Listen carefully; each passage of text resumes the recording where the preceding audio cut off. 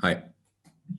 Given the recent run of results at home, obviously losing the record and Brighton and Man City, Everton obviously come to Anfield, having not won since September 1999. Do you view this as a massive opportunity, or would you rather not be playing the local rivals so soon? So soon?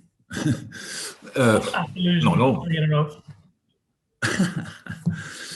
No, I never thought about these kind of things. So no, it's the right moment. It's the right moment to play Everton. That's how it is. We will be ready. There we go. Okay, Dom King. Yeah, again, one of the key strengths of your team has been its discipline, staying focused. Tomorrow's got the potential to be quite an emotional game. So how do the players keep that in these circumstances? We play the way we play. It's very emotional, but we always are emotional. To be honest, that's our way to play. What the other team is doing, I don't know. I have no influence on that, so nothing to say about that. So I can imagine that after the first game that you try to create some stories about that, but around that. But I will not be in that. We prepare for a football game, for a derby, like we always did. Like I think nobody can say about this team that they were not ready for derbies from an attitude point of view, from an understanding point of view, how important it is. This team always was, and we will be tomorrow. But this, how I said, the stories around and all these kind of things, I have nothing to say. Okay, thanks, Dom. We'll go to Chris. Chris Bascom. Just slightly different topic, actually. Just the international break coming up could be a bit of an issue with the 10-day quarantine. I just wonder if you had any more details of that, or do you have any concerns about the logistics of that? Because it just seems a bit crazy. Yes, I have concerns, but not more information, if that makes sense. So no, we are obviously internally in constant talks and try to talk to the specific organizations how it is. So, but I know in this moment I cannot tell you exactly how it will be and how we will sort that, because it's clear that if a player goes away and has to come back and has to get quarantined for 10 days, that's obviously difficult to accept. That's why but in this moment, probably don't know more than you. Okay. Kevin, from the iPaper now, and then Dave to finish with. Kevin. Jurgen, it was one of the great achievements, I think, in recent times, to not only to win the title for the first time in 30 years, but to eclipse arguably the finest team that English football has seen. Now we see City galloping on again, I think 16 points clear of Liverpool. What do Liverpool have to do to challenge them again? Oh, we don't have to think about that now. We don't play them this year anymore, and maybe probably not. Maybe in the Champions League, and yeah, for next year we have a little bit of time. But actually, it was never the case that we thought, how can we?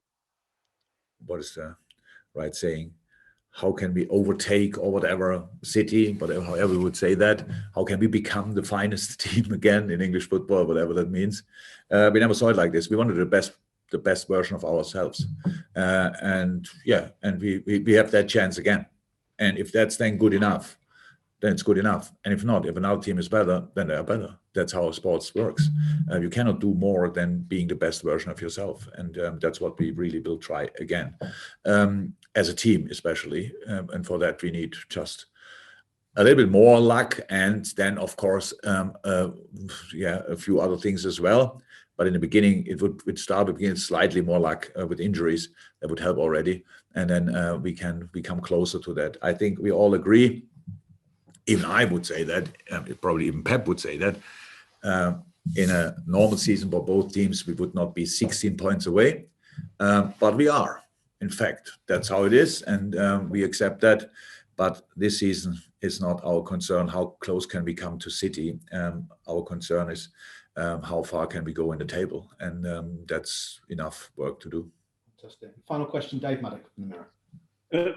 Jurgen, when you ran on the pitch in the derby when you scored at the end. That's kind of one of the iconic moments for Liverpool and for you. I was just wondering whether you can't see it like that, but also what is your favourite derby moment?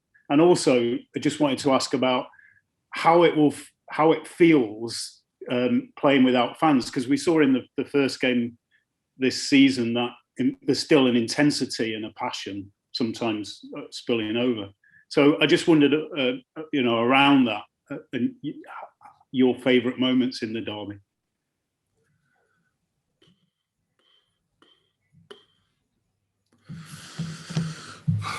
I had a lot of favorite moments in derbies. I don't want to mention them all now, but I had a lot.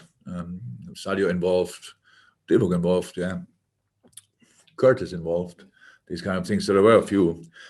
Yes, and of course the derby is the derby with or without supporters, but with supporters it's just much more enjoyable for us as well. So we all love when football becomes the most important thing for a few moments. And in derbies, that's always the case. So this intensity I really like. And that the game is still intense or emotional, however you want to describe that. Yeah, that's normal. It's football.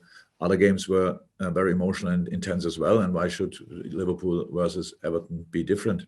So, no, with supporters, it's just, everything is better. Absolutely everything is better with supporters. Even the derby. Thanks, guys. Thank you very much. Stay safe, and maybe speak to some of you after the game on Saturday.